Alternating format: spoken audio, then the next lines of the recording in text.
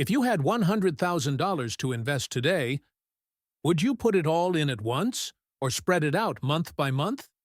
The answer could mean tens of thousands of dollars difference in your future wealth and possibly your peace of mind. In this video, we'll break down the real numbers, the hidden risks, and the psychological traps of dollar-cost averaging versus lump-sum investing. Clear definitions, real-world setup, dollar-cost averaging, DCA. You invest equal amounts at fixed intervals, e.g. monthly, regardless of price. Goal: reduce timing risk and emotional errors by turning investing into a rule-based habit. Typical use cases: ongoing salary contributions, windfalls you want to stage in, building a position in a volatile asset. Lump sum investing, LSI. You invest all available cash immediately. Rationale: markets go up more often than they go down. Time in the market beats timing the market on average. Typical use cases: rollover from another account, inheritance, company sale proceeds.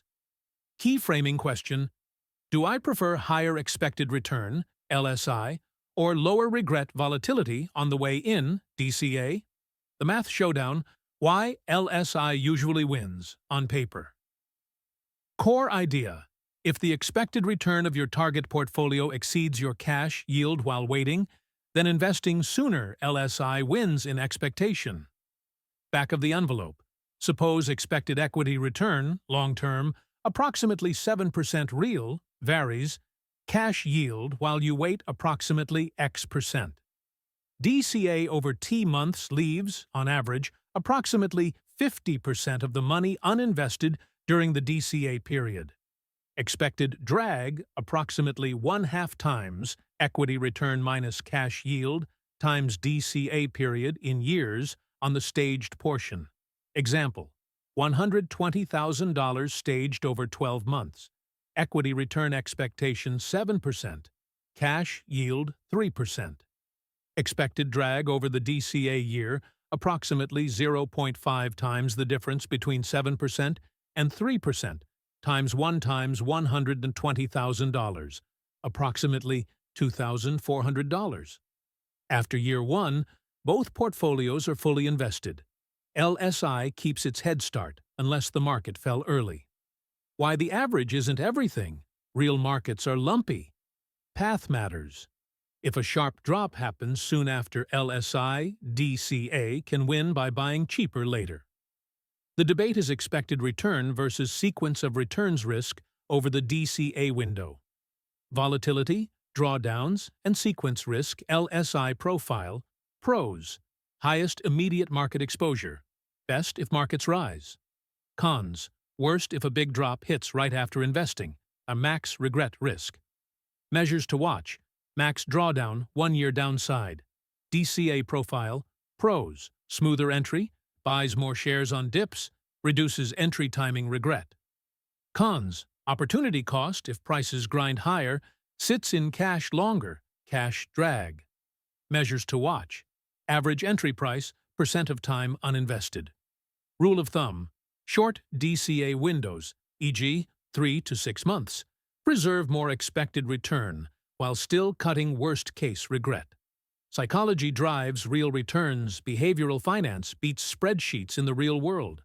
Loss aversion: losses hurt 2 times more than gains feel good. DCA eases this pain during entry. Action bias/FOMO.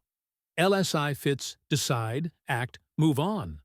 Regret minimization: if you'll obsess over an unlucky LSI entry, DCA is a behavioral hedge. Adherence matters. The best plan is the one you'll actually stick to through noise. On-camera prompt: ask yourself, if the market drops 15% next month, would I still feel calm? Your answer points you to DCA or LSI. Chapter 5. 3 numerical case studies, simple but powerful. Assume $120,000 target in a 100% equity index for illustration. Case A, rising year, plus 12% over 12 months, fairly steady. LSI, invests day 0, ends approximately $134,400. DCA, $10K per month. Buys progressively higher, ends approximately $131,000 to $133,000 depending on path. Takeaway: LSI wins in a rising tape. Case B, early crash, negative 20% by month 3, then plus 25% recovery. LSI suffers early drawdown, ends approximately $126,000 to $129,000, path dependent. DCA buys cheaper during months 1 through 4, ends approximately $129,000 to $132,000. Takeaway: DCA can beat LSI when big drops occur during the DCA window. Case C, sideways dart whipsaw, negative 5% to plus 5% churn. LSI versus DCA. Results cluster closely.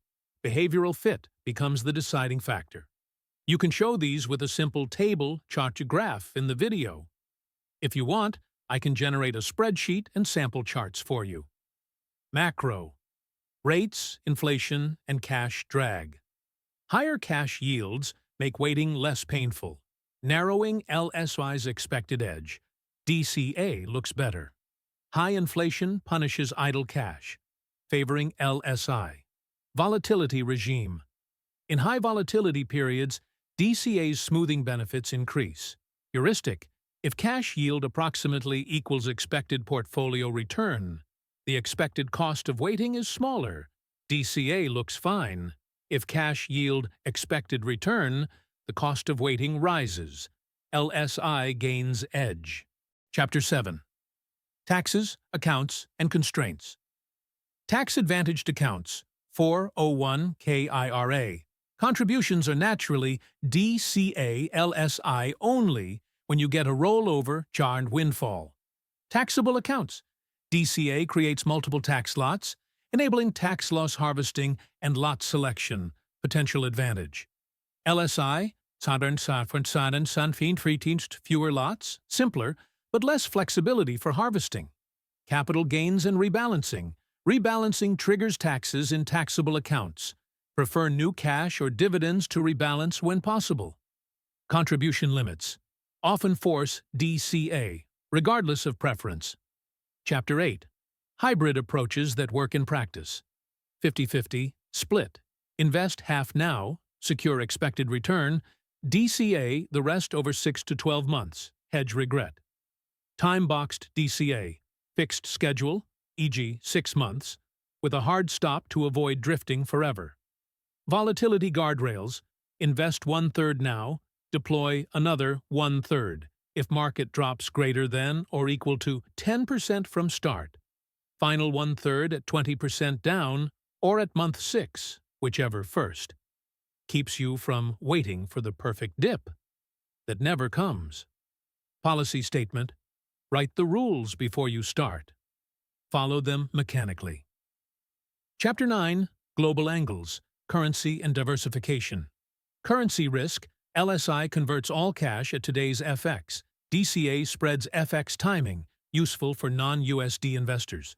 Home bias: DCA LSI debate is secondary to getting your asset allocation right. Global equities, some bonds, may be factors. ETF mechanics: for large DCA orders, use limit orders and avoid volatile opens, char closes. Chapter 10. Long-term lessons and decision framework.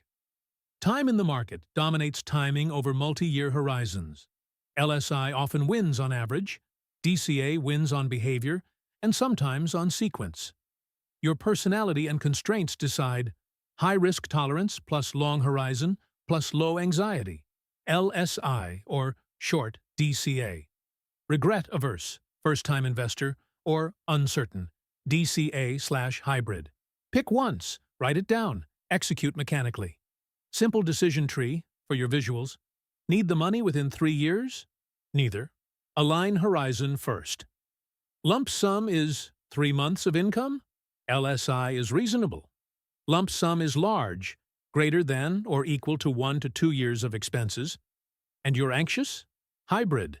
50% now, plus 6 to 12-month DCA. Rates high and you're happy holding T-bills? Shorter, DCA can be fine. Can't sleep if the market drops 15% next month?